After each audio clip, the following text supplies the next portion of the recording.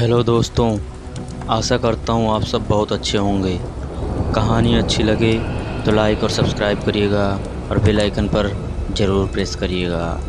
तो चलिए बढ़ते हैं आज की कहानी की ओर। ये घटना जो मैं आप लोगों को बताने जा रहा हूँ, ये घटना 19 साल पहले की है। मेरे पिताजी का स्थानांतरण दिल्ली में हुआ था। यहाँ आने के बाद मेरे पिताजी ने पूर्वी दिल्ली के वेलकम इलाके में एक मकान किराए पर ले लिया था। नई जगह में ज़िंदगी सामान्य करने में थोड़ा वक्त लगा, मगर समय के साथ साथ सब सामान्य हो गया। उस समय वहाँ एक तांत्रिक बहुत जाना माना जाता था, जिसके लोग माली जी कहा करते थे। मोहल्ला छोटा होने की वजह से उसने कम समय में ही काफ़ी नाम कमा लिया था। उस वक्त लोगों में साक्षरता की कमी के कारण लोग डॉक्टर से पहले उसके पास ही जाना पसंद करते थे। लोग उसके पास अपनी परेशानी लेकर जाते थे और ठीक भी हो जाते थे। उसका धंधा काफ़ी अच्छा चल रहा था। धीरे धीरे उसकी ख्याति पहुंचते हुए मेरी दादी के पास भी पहुंची। उन्होंने भी उसके द्वारा किए गए काम को देखने की इच्छा जताई। उस मोहल्ले में एक दिन पड़ोस में किसी औरत को किसी ऊपरी हवा की आमद हुई थी। वो अपने आपे में नहीं आ रही थी और उस पर सवार जो भी साया था उसे शांत नहीं होने दे रहा था। वो बस अपने बाल को खोलकर खेले जा रही थी। पड़ोसियों का मेला लगा हुआ था। घर पर सब बस माली जी के आने का इंतज़ार कर रहे थे। फिर उस औरत के घर का एक आदमी अपने साथ माली जी को लेके आया। माली जी ने कुछ दिए जलाए, तंत्र मंत्र किया और वो ठीक हो गई। उसके बदले में माली जी ने उनसे कुछ रुपए और एक शराब की बोतल ले ली। खैर, अपने घर के किसी सदस्य की बिगड़ी हालत ठीक हो जाए तो कुछ पैसे और एक बोतल का क्या मोल। मेरी दादी ने भी ये सब देखा। उन्हें भी विश्वास हो गया कि यहाँ ये आदमी ऊपरी हवा का इलाज कर सकता है। फिर ऐसा सिलसिला चला करता था। अक्सर कभी किसी के घर में कोई परेशानी होती तो कभी किसी के और घर में। कोई डॉक्टर से ठीक होता तो कोई बिना माली जी की कृपा से ठीक नहीं होता था। माली जी की अच्छी कट रही थी। एक दिन घूम घुमा कर परेशानी मेरे घर में भी आ गई। मैं बहुत छोटा था। मुझे अचानक से उल्टियाँ आने लगी और मैंने दूध पीना भी छोड़ दिया। मेरे दादा और मेरे पिताजी उस वक्त दफ्तर में थे। मेरे दादी और मेरी मम्मी काफ़ी परेशान थीं। नए शहर में किसी डॉक्टर को वो जानती नहीं थी। फिर एक पड़ोसी औरत से दादी ने किसी डॉक्टर का पता पूछा तो वो उस औरत ने डॉक्टर से पहले माली जी के पास चलने की सलाह दी। लोगों को अक्सर मोहल्ले में परेशानी हो जाती थी। हो सकता है मैं भी किसी के चपेट में आ गया हूँ। ऐसी दलीलें सुनकर मेरी दादी माली जी के पास चलने को तैयार हो गई। माली अपने घर में बैठा कुछ पूजा पाठ कर रहा था। उसने पहले ही मुझे देखा, कुछ दिए जलाए, लाल फूल मंगवा कर कुछ क्रिया की और अपना मंत्र वगैरह पढ़े। फिर दादी से पूछा, आप बच्चे को कहीं बाहर लेके बैठी थी कल शाम के वक्त? दादी ने हाँ में जवाब दिया। जहाँ आप बैठी थी वहाँ से पूर्व दिशा की ओर किसी ने क्रिया करके अपनी चीज़ वापस करी थी और ये बच्चा बीच में पड़ गया, इसलिए ये परेशानी हो रही है। माली ने अपना सामान वहाँ से हटाते हुए कहा। फिर ये कैसे ठीक होगा? कोई इलाज है क्या इसका? दादी ने परेशान होकर माली से पूछा। ये चीज़ थोड़ी ज़िद्दी है, ये बिना भोग लिए नहीं जाएगी। आप एक काम करो, एक बोतल शराब और एक बकरे की कलेजी का थान मंगवा लो। कल तुम्हारा बच्चा बिल्कुल ठीक हो जाएगा। माली ने दादी को समाधान के तौर पर यह बात बोली। ठीक है, हम तो जानते नहीं हैं, मेरा छोटा बेटा आपको ये चीज़ दे जाएगा, दादी ने माली से कहा और फिर वहाँ से वापस अपने घर आ गईं। दादी ने घर आकर मेरे चाचा जी को कुछ पैसे दिए और एक शराब की बोतल और एक बकरे की कलेजी का थान माली के घर पहुंचा दिया। मेरी तबीयत अभी भी ठीक नहीं थी। मम्मी ने जब इस बारे में दादी से पूछा तो उन्होंने कहा कि किसी तरह आज रात कट जाए, सुबह तक ठीक हो जाएगा, ऐसा बोला है माली जी ने। और मेरे पिताजी से इन सब बातों के बात करने से दादी ने मना कर दिया। उसकी वजह यह थी कि पिताजी इन सब बातों पर ज़रा भी विश्वास नहीं करते थे। दादाजी तो थोड़ा बहुत कर भी लेते थे, इसलिए सभी को सख्त हिदायत दी गई कि ये बात पिताजी के सामने न आए। खैर शाम हुई और पिताजी घर आए। उन्होंने मुझे बीमार देखकर मुझे उठाया और डॉक्टर के पास चले गए। डॉक्टर ने कुछ दवाइयाँ दी और एक इंजेक्शन लगा दिया, जिससे मैं सो गया और फिर सुबह तक सोता ही रहा। सुबह उठा तो मैं ठीक था। अब दादी इसे माली का चमत्कार समझ रही थी और पिताजी डॉक्टर की दवा का असर। मोहल्ले के औरतों में अब मेरी दादी भी उस समूह में शामिल हो गई थी जो माली पर विश्वास करती थी। उस दिन के बाद से मेरे घर में अजीब ही हो गया। कभी मैं बीमार पड़ जाऊं तो कभी मेरा भाई। दादी दिन के हिसाब से माली के घर भोग भिजवा देती थी और हम बिना दवा के ही ठीक हो जाते थे। कुछ दिनों में माली का व्यवहार मेरे दादाजी से भी हो गया और माली का घर आना जाना भी शुरू हो गया। मेरे पिताजी अभी भी इस बात से अनजान थे। माली जब भी आता दादाजी उसे अपना मित्र बताकर पिताजी से भी अभिवादन वगैरह करवा देते थे, मगर बताया कभी नहीं कि यह आदमी क्या करता है। एक दिन की बात है, मेरी मम्मी थोड़ा चक्कर सा आ गया खाना बनाते वक्त और वो वहीं बेहोश हो गई। जब मम्मी को होश आया तो उन्होंने बताया कि शायद गर्मी ज़्यादा लग रही थी, इसलिए थोड़ा चक्कर आ गया। मम्मी को ये बात सामान्य लगी क्योंकि उन्होंने सुबह से कुछ खाया भी नहीं था और कामकाज में लगी हुई थी, मगर दादी ने इसे कुछ ऊपरी बला समझा और माली से इसके बारे में बात करने की ठान ली। ये बात उन्होंने दादाजी को बताई। दादाजी ने भी सोचा शायद कोई बात हो, क्योंकि दोनों में से किसी को पता नहीं था कि मम्मी ने सुबह से कुछ नहीं खाया था। उन्हें लगा कि अचानक इस तरह बेहोशी आना कोई मामूली बात नहीं है। फिर दादा दादी ने मिलकर ये बात माली से पूछने की ठान ली और माली को बुलवा लिया। माली भी झट चला आया। आखिर एक आवाज़ में उसे भोग जो भिजवा दिया जाता था। खैर माली आया और दादी ने उसे बात बता दी। माली ने कुछ देर सोचा और हाथ में कुछ लौंग लेकर कुछ करने लगा, जैसे लौंग को लौंग से गिन रहा हो। कुछ देर बाद उसने बताया कि मम्मी के ऊपर किसी देवी की छाया है और वो सवार होकर खेलना चाहती हैं। दादी ने कहा वो तो अभी बहुत छोटी है, अभी से कैसे कोई देवी ऊपर आ सकती हैं। माताजी ये तो देवी की महिमा है, न जाने कब किस पर दयालु हो जाएं। अगर उन्हें रोका गया तो शायद वो आपके परिवार को कष्ट देना शुरू कर दें। माली ने दादी की बात का उत्तर इस तर्क के साथ डराते हुए दिया। अब दादा दादी के पास कोई और चारा न बचा। उन्होंने माली के कहे अनुसार पूजा करवाने का मन बना लिया। लेकिन अगले दिन रविवार था और पिताजी उपस्थिति में ये मुश्किल ही था, इसलिए पूजा सोमवार को रखी गई।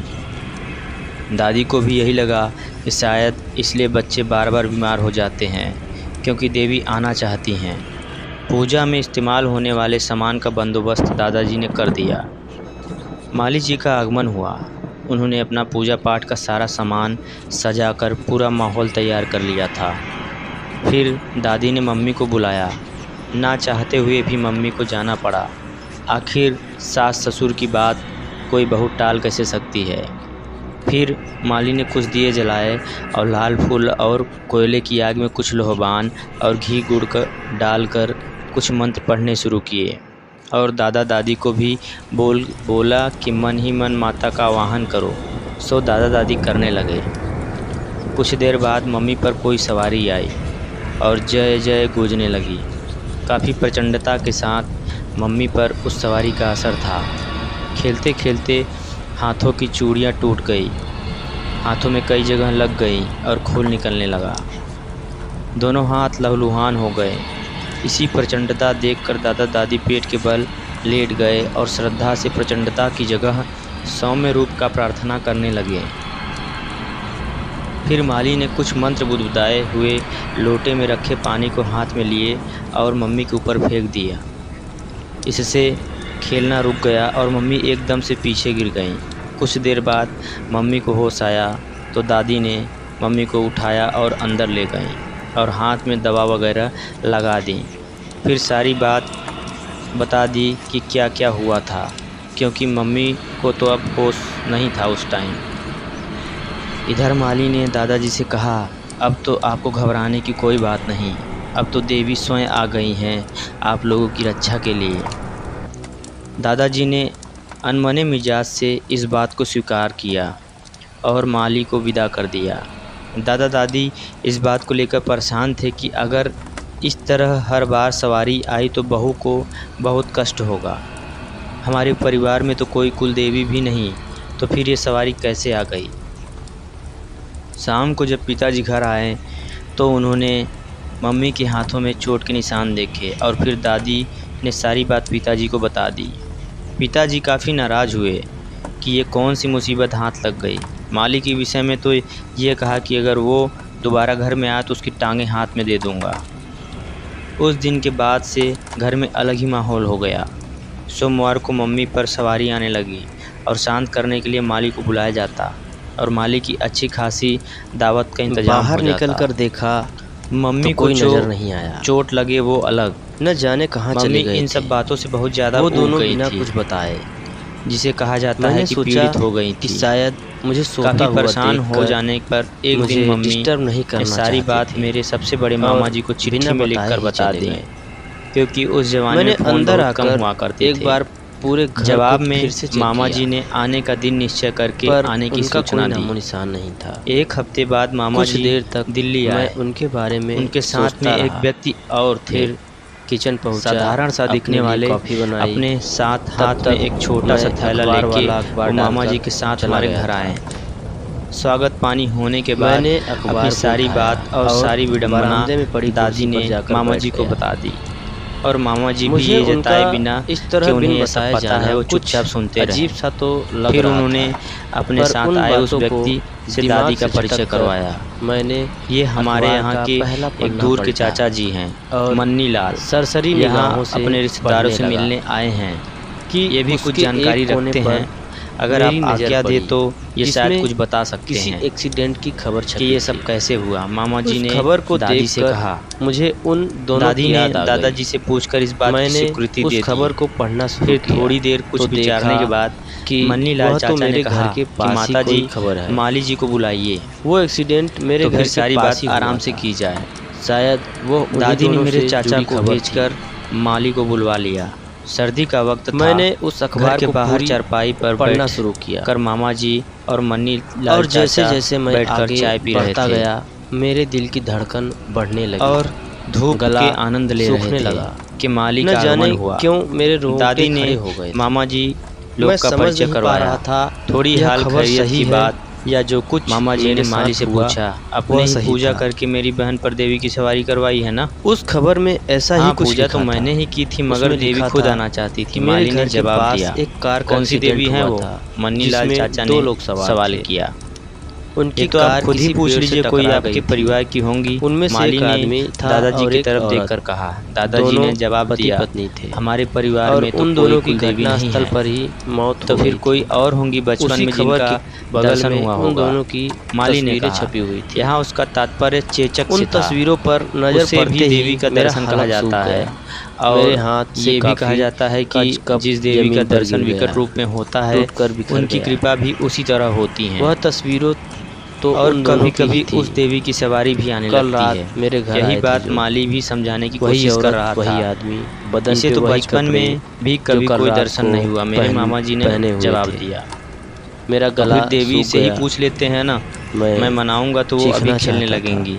पर माली जैसे ने मेरी खुद को आवाज़ फांसता मेरे देख इस हलक तरह में डराने अटक की गई कोशिश हो। की मेरा ठीक है, खून चलिए ऐसा ही जमने किया लगा जाए। और मैं आखिर वो देवी अपने हैं होश कौन खो सी बैठा। जो ऐसे परेशान कर मुझे रही हैं? होश तब आया जब मन्नी मेरे चाचा ने घर के माली से काम कहा, करने वाली मेड ठीक है आई आइए, और लेकिन डरना उसने मत। मुझे माली हिलाया ने डुलाया, होशियार किया। मेरे चेहरे मन्नी पर चाचा पानी ने के हंसते छींटे हुए मारे। कहा, अगर डर मुझे भी गए इस तो आप हालत हैं में ना। देखकर वह इतना भी घबरा कहकर गई थी। माली उठ गया उसने और मुझसे अंदर पूछा, जाते जाते क्या बोला, हुआ साहब, आप तो फिर ठीक तो आइए है ना। ना? मन्नी आपकी चाचा ने तबीयत कहा कि ठीक आप है? चलिए, जब आपका सवारी आ चेहरा जाए बिल्कुल पीला तो पड़ हम भी चुका अंदर है। आ जाएंगे। डॉक्टर को बुलाऊं क्या? माली फिर अंदर नहीं गया, नहीं, मैं ठीक हूँ, बस कल रात लाल को फूल ठीक से मंगवाए, सो नहीं पाया था, दिए इसलिए मंगवाए शायद और मुझे नींद आ तैयार गई हो। होकर तुम बैठ अपना गया। काम करो। दादी के कहने पर मम्मी मैं भी उसे आकर कुछ बैठ गई बताकर उसे डराना नहीं चाहता और मामा था जी भी, और बताना मगर मन्नी चाचा नहीं बाहर ही चाहता बैठे था। रहे। क्या माली मैं ने अब भी मंत्र यकीन पढ़ने नहीं शुरू कर पा किए रहा था और दिया कि कल जलाए, रात को मेरे साथ क्या हुआ। जलाने लगा। मैं डरता हुआ मगर उसी कमरे में पहुंचा दिए की बाती ने जहां लोही नहीं वह पकड़ी। कपड़े पड़े हुए एक के थे बाद जो एक मैंने कल रात को माचिस की पहनने के लिए तिल्लियां दिए थे। जला जलाकर माली वह ने कपड़े 3 अभी माचिस भी से उसी खाली तरह कर दी, पड़े मगर हुए थे। दिया नहीं जला।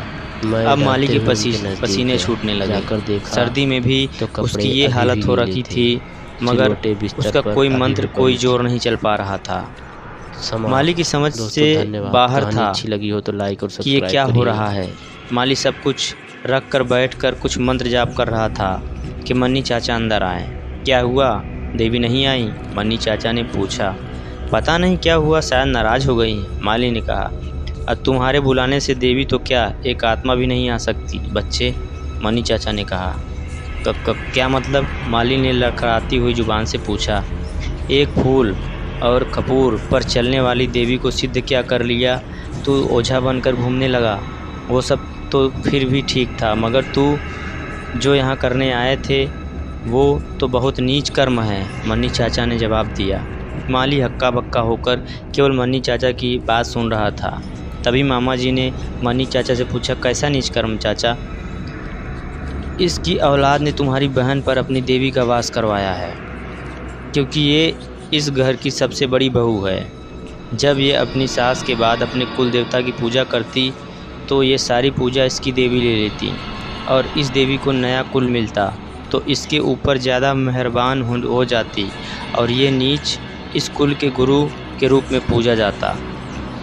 और अगर इस बात से इस कुल देवता के नाराज़ हो जाते तो ये कुल यहीं रुक जाता। ये कमीना एक गुरु बनने के चक्कर में इस परिवार की पीढ़ी की ज़िंदगी बर्बाद कर देता। अब तू जहाँ से आया है वहीं चला जा, तेरा ये सारा नाटक आज के बाद नहीं चलेगा। अपनी देवी भी भूल जा। मन्नी चाचा ने गुस्से में माली की तरफ उंगली करके ये सारी बात बताई। ये सारी बात सुनकर दादी को बहुत दुख हुआ और उनके आंसू निकल आए। माफ़ कर दो बाबा, माफ़ कर दो, मैं दोबारा ऐसा कुछ नहीं करूँगा, मगर मेरी देवी सिद्धि मत छीनो। माली रोनी सूरत बनाकर मन्नी चाचा के पैर पकड़ते हुए बोला, तेरी देवी ने तभी तेरा साथ छोड़ दिया था जब तू बाहर अपने हमसे बात कर रहा था। अगर तुझमें ज़रा सी भी कोई चीज़ बाकी होती तो ये दिए जल गए होते। अब उठ और निकल जाए यहाँ से, मन्नी चाचा ने गरजते हुए कहा। माली रोता आंसू पोंछता हुआ वहाँ से चला गया। मामा जी और मन्नी चाचा को काम करने आए थे वो हो गया था। फिर वो वहाँ 2 दिन रुके और चले गए। इन 2 दिनों में माली के साथ क्या क्या हुआ था, ये सारी बात आग की तरह पूरे मोहल्ले में फैल गई और उस ढोंगी माली का सारा धंधा चपेट हो गया। कुछ दिन बाद वो वहाँ से कहीं और रहने चला गया। दोस्तों, मन्नी लाल चाचा एक अघोरी थे।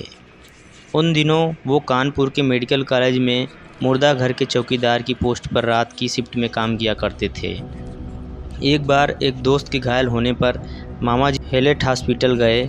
वहाँ मामा जी की मुलाकात मन्नी चाचा से हुई थी। फिर वे अच्छे दोस्त बन गए थे। जब मामा जी ने मम्मी की चिट्ठी के बारे में मन्नी चाचा को बताया तो वो तुरंत आने को तैयार हो गए थे। वो बहुत ज़्यादा ऊंचे अघोरी नहीं थे, मगर माली का काम करने के लिए काफ़ी थे। कुछ साल पहले मैं भी उनसे मिला था। उसके बाद सन 2009 में उनका देहांत हो गया, मगर उनके काफ़ी एहसान आज भी हमारे ऊपर हैं। धन्यवाद दोस्तों। कहानी अच्छी लगी तो लाइक और सब्सक्राइब करिएगा और बेल आइकन पर ज़रूर प्रेस करिएगा।